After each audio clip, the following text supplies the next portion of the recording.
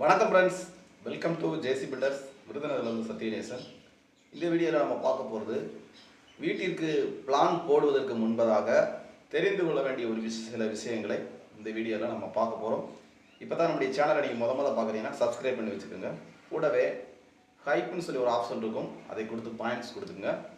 வாங்க வீடியோக்குள்ளே போகலாம்.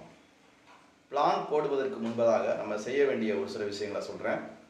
முதல்ல இப்போ எல்லாருமே பார்த்தீங்கன்னா யூடியூப்பில், இன்ஸ்டாகிராமில், ஃபேஸ்புக்கில் வீடியோவை பார்த்துட்டு இதே மாதிரி இருக்கணும் அப்படின்னு சொல்லிட்டு பிளான் பண்ணுறாங்க. நல்லது தான். ஆனால் எல்லாருக்கும் அந்த பிளான் ஒர்க் ஆகுமா அப்படிங்கிறது தெரியாது. அதனால் நம்ம ஒரு வீட்டில் இருப்போம், வாடகைக்கோ அல்லது ஒத்திக்கோ ஒரு வீட்டில் இருப்போம். நமக்கு ஒரு கனவு வச்சுருப்போம், நம்ம வீடு இப்படிலாம் கட்டணும், இப்படிலாம் இருக்கணும் அப்படின்னு சொல்லிட்டு.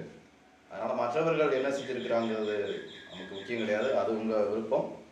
ஆனால் நமக்கு என்ன தேவை, நம்முடைய பட்ஜெட்டுக்கு என்ன பண்ண முடியும் அப்படிங்கிறத பாருங்கள். முதல்ல பிளான் போடுவதற்கு முன்னாடி பிளான் நமக்கு அவசியம். அதாவது 1000 ஸ்கொயர் ஃபீட்டு உத்தேசமாக ஒரு பிளான் பண்ணுறோம் அப்படின்னா அதுக்கு எவ்வளோ பட்ஜெட்டுன்னு நமக்கு தெரிஞ்சுக்கிறணும். நம்ம பட்ஜெட் எவ்வளோ ரெடி பண்ண முடியும் அப்படிங்கிறத பிளான் பண்ணிடுங்க.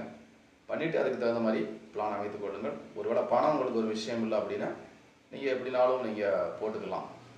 ஓகே, முதல்ல பட்ஜெட்டை தெரிஞ்சுக்கங்க. ஒரு 20 லட்ச ரூபா பட்ஜெட்டில் வீடு கட்டலாம்னு நினச்சிருக்கேன் அப்படின்னா அதுக்கு தகுந்த மாதிரி பிளானை போட்டுக்கோங்க. அடுத்து நம்ம கவனிக்க வேண்டிய விஷயம் என்னென்னு பார்த்தீங்கன்னா, எத்தனை பேர் இருக்கீங்க உங்கள் வீட்டில், அதான் முக்கியமானது. எத்தனை பேர் இருக்கீங்கன்னு சொல்லி பாருங்கள். அதுக்கு தகுந்த மாதிரி நம்ம ரூம் எல்லாம் நம்ம அமைக்க வேண்டும். ஏன்னா இப்போ பெரிய ஹாலு, ரெண்டு பிள்ளைங்க இருந்தாங்கன்னா 2 பெட்ரூம் கண்டிப்பாக இருக்கணும்.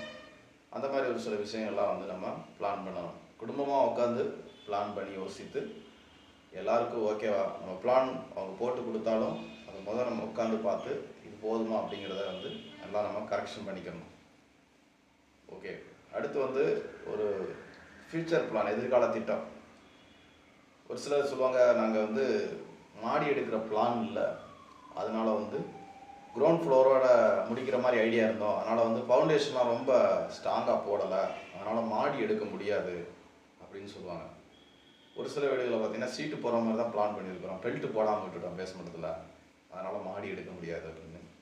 அதனால் வீடு கட்டும்போதே ஒரு திட்டத்தோடு பிளான் பண்ணுங்கள். நீங்கள் ஃப்யூச்சரில் மாடி எடுக்க போகிறீங்களா அப்படின்னா அதுக்கு தகுந்த மாதிரி ஃபவுண்டேஷன் ஒர்க் பண்ணணும். அதுக்கு தகுந்த மாதிரியான வேலைப்பாடு, அதுக்கு தகுந்த மாதிரி ப்ரைவேஷன் எல்லாமே அதுக்கு தகுந்தாற் போல் நம்ம போட்டு வச்சுக்கிறோம். அடுத்து திடீர்னு நம்ம மாடி எடுக்க போகும்போது கீழே அஸ்திவாரத்தை எதுவும் டச் பண்ணாத அளவுக்கு மேலே அப்படியே கட்டுற மாதிரி இருக்கணும். அதுக்கு தகுந்த மாதிரி உள்ள வசதிகள் எல்லாமே கீழேயே ஏற்பாடு பண்ணி வச்சுக்கோங்க.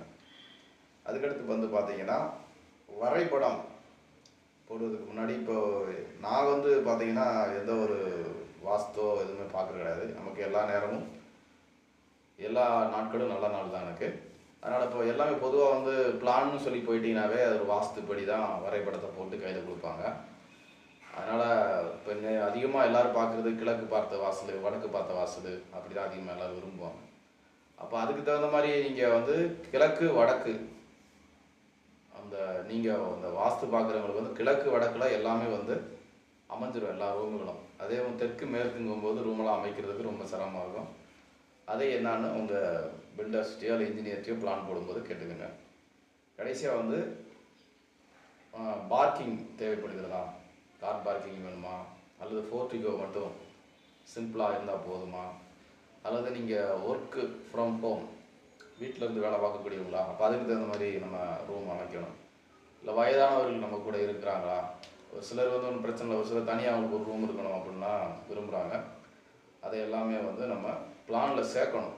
நான் சொன்ன விஷயங்கள் எல்லாமே என்னன்னு பார்த்தீங்கன்னா, என்ன பட்ஜெட்டு, எத்தனை ரூம் வேணும், மாடியில் ஃபியூச்சரில் மாடி எடுக்க போகிறோமா, நம்ம வீட்டில் எத்தனை பேர் இருக்கிறோம், பார்க்கிங் ஏரியா, இது எல்லாமே நான் எதுக்கு சொல்கிறேன் அப்படின்னா, இது எல்லாத்தையுமே கலெக்ட் பண்ணி வச்சுக்கிட்டு அதுக்கு தகுந்த மாதிரி ஒரு பிளானை போடுங்க. பிளானை போட்டுட்டு ஒரு தடவைக்கு 2 தடவை வீட்டில் இருக்கிறதுக்கு எல்லாருக்கும் இந்த பிளான் திருப்தியான்னு சொல்லி பாருங்கள். பார்த்துட்டு அதில் ஏதாவது கரெக்ஷன் இருந்தாலும் மாற்றிட்டு அதுக்கு பிறகு உங்கள் வீட்டு வேலையை ஆரம்பிச்சிங்கன்னா எந்த ஒரு பிரச்சனை இல்லாமல் வேலை நடந்துகிட்டே இருக்கும். நமக்கு இதுதான் அப்படி தான் வரப்போகுதுன்னு சொல்லி தெரியும்.